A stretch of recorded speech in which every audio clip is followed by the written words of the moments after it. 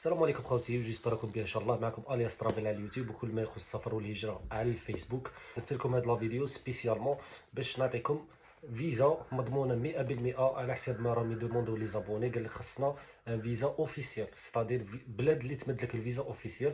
كاين لا روسي خوتي، روسيا اللي تمد فيزا اوفيسيالمون بويسك جامي عطاونا ريفي في الفيزا تاع الروس، كسو خدام ولا ماشي خدام، بويسك الدوسي تاعها ماشي حاجه كبيره. عندك توفر لنا اون اتيستاسيون طرافاي و اتيستاسيون دو سولد تاع الاورو، يكون فيها 1500 اورو. حنا نتكفلوا بالباقي، نشدوا لك الرونديفو ونديروا لك تريتمون دوسي كومبلي، نجيبوا لك انفيتاسيون اوفيسيال من وكاله سياحيه روسيه، ونجيبوا لك اون اسيرونس دو فواياج من وكاله سياحيه روسيه، هكا باش نضمنوا لي فيزا تاعنا.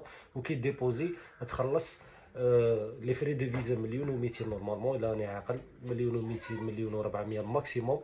تخلصها في الكونسولا، يقعدوا سيمانه ويردوا لك لو فيزا تاع واحد من لي كليون تاعنا اللي داو فيزا تاع روسيا. خاوتي درنا فيديو فوالا كيما راكم تشوفوا في لا فيديو. السلام عليكم خويا الياس، بارك الله فيك صاحبي. هاهي فيزا روسيا جبناها، ظرف قصير، خدمة متقونة، كلش مريقل، كلش في بلاصتو.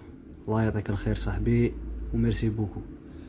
دونك اللي راه مهتم بفيزا روسيا مرحبا بكم على الواتساب خاوتي. بخصوص دوله روسيا البيضاء اللي هي لا بيلاروسي، كاين بزاف ناس سقساوني عليها ثاني. بيلاروسيا تدخلها بالفيزا تاع الروس خاوتي، داكور. ترون لابارت بريزونتي لو باسبور، فيزا تاع الروس حيه، يكاشوا لك الدخول الروسيا البيضاء لا بيلاروسي. وصلنا لافات على فيديو، ما طولش عليكم. مرحبا بكم خاوتي. اي انسان يحتاج فيزا روسيا تكون عنده اتيستاسيون دو سولد فيها 1500 اورو، اتيستاسيون دو ترافاي.